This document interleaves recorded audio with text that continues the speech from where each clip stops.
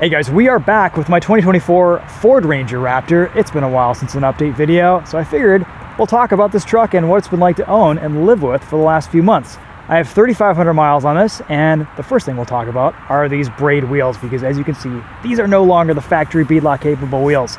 These are Braid Full Race T Dakar wheels. They weigh about 31 pounds a corner, which is about 7 pounds lighter than the Beadlock capable wheels from Ford. So we save a bit of unsprung weight there.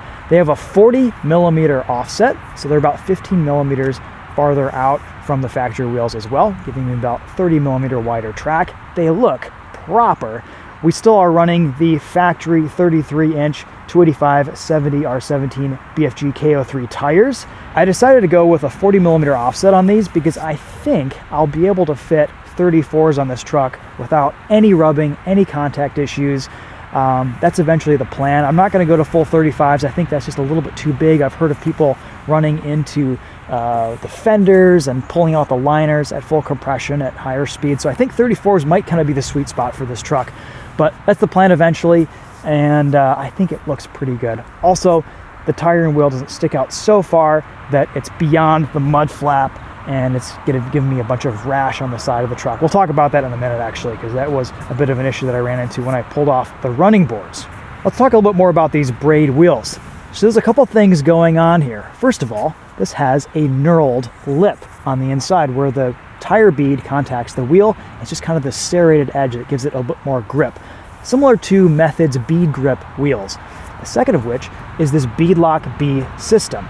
Now, these are not full-blown Beadlock wheels where you have a ring clamping down on the tire, keeping it from de-beading. Those aren't necessarily DOT legal.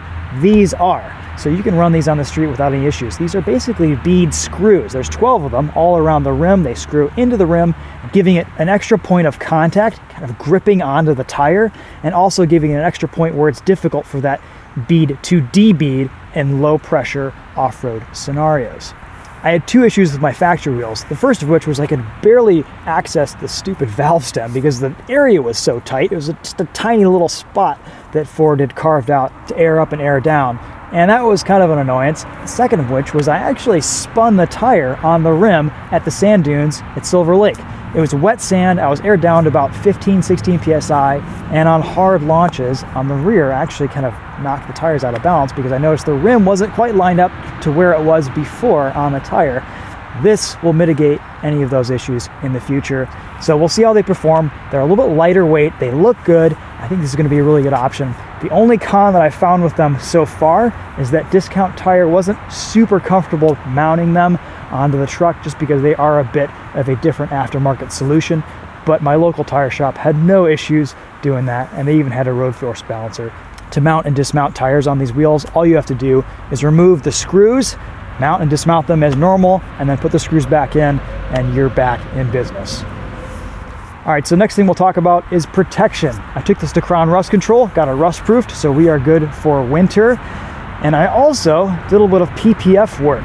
So these fenders now are fully wrapped in matte PPF. Because these are painted in matte gray, you can't polish them out if they get scratches or scuffs on them from the trail, from trees, from rock chips, debris. So this just adds another layer of protection, and it looks pretty much factory compared to the paint. So kind of a higher impact area here because it's the widest part of the truck. Figured I'd get those protected. I also pulled off the running boards. The truck looked awesome. Had a little bit better ground clearance. It was actually easier to get into because I could get closer to the truck, closer to the cab, and hop up in there. But unfortunately, I was getting a ton of rock chips in this area on the bed, and I actually had a custom PPF job performed. You can kind of see the line right there. The whole gas tank lid is PPF'd, and then down here, and of course the fender's protected now too. So I don't have to worry about rock chips as much. And then I went ahead and put the running boards back on because they do offer quite a bit of protection from debris coming up on the side of the truck. If you are going to be removing your running boards on your Ranger Raptor, or even running just a lower profile set of rock sliders on the side, you may want to look into a bigger mud flap from, I think Rock Blocks is selling an extremely low and wide mud flap. And I may go with that option in the future here with this Ranger Raptor. We'll see how much more damage the bed incurs. I did get a chip somewhere around here earlier this week. But, you know, it's just what happens. When you take this truck off-road, you're going to get a little bit of damage and trail rash. And doing the best to mitigate that, I think, is probably a good thing for resale value and just kind of long-term preservation of the vehicle. While we're back here, let's take a look at this tonneau cover. This is the Truxedo Pro X15. It's been a really, really nice option on the Ranger Raptor. My favorite thing about it is just how easy it has been to open and close.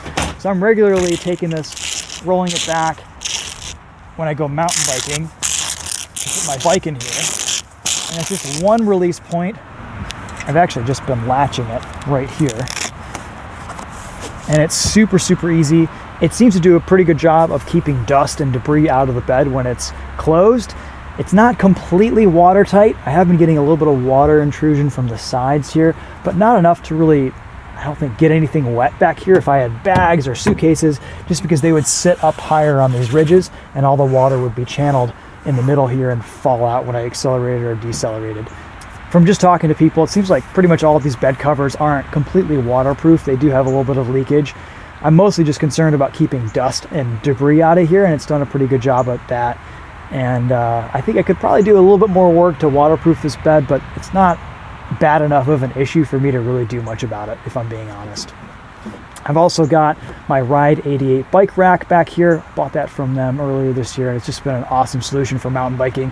I can literally load my bike up into the bed in 15 seconds and be on my way. It's just so fast, so usable. Really, really nice solution there. I also got these tie-down bungee cords that have a carabiner on them from Amazon. They've been really useful, as well as these threaded hooks that just kind of go into a lot of different points on the top of the bed, and those have been really useful to tie down things like this cargo net and other bungee cables. All right, it's freezing this morning. We've got good boost weather. Let's hop inside, start this up, and talk about a couple more things while we're on the road.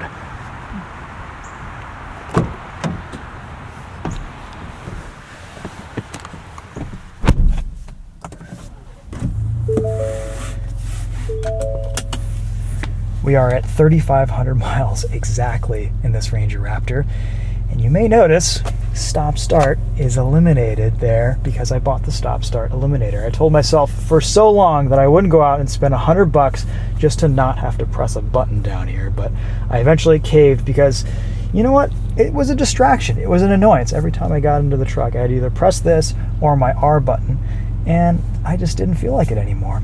It plugs in under the glove box here and kind of routes down in that area. Took about 5 minutes to install, super easy. And all it does is it just remembers the last state of your auto stop start switch. So you can reactivate it if you want, or you can turn it off and it'll remember wherever it was the last time you had the vehicle off.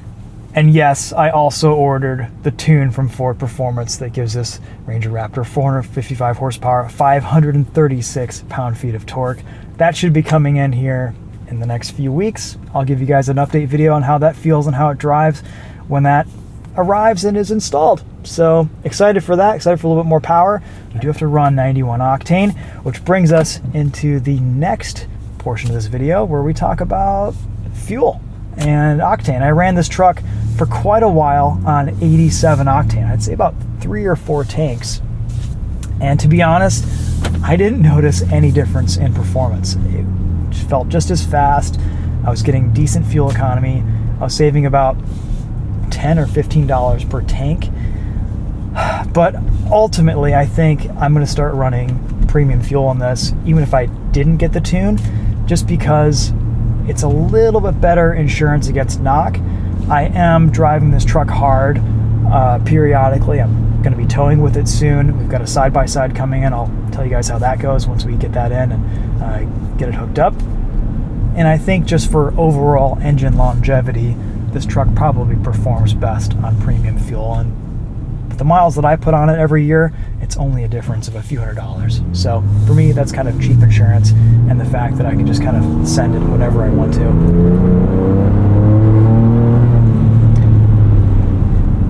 In 3,500 miles, the only issue that I've had with this truck is my R Raptor button not working.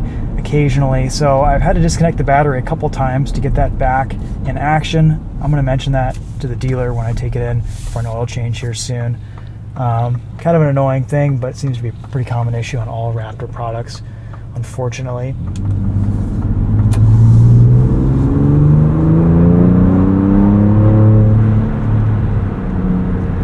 Otherwise, I have absolutely loved living with this truck. It's just been so fun to drive, so nice to live with.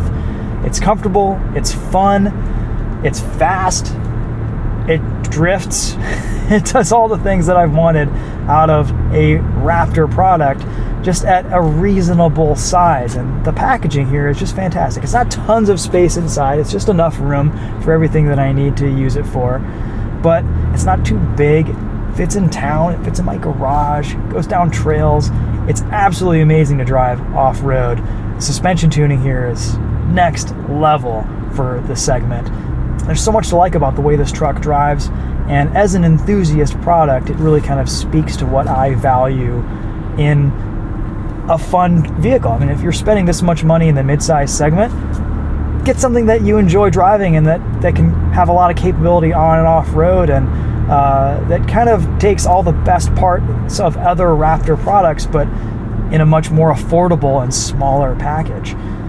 We're going to be doing another video here soon once I get the tune installed, so we'll post that as soon as possible, as soon as that gets on the truck, and update you guys with that as well. Thanks for watching. That's going to be it for this one. We'll see you guys in the next one. Take care.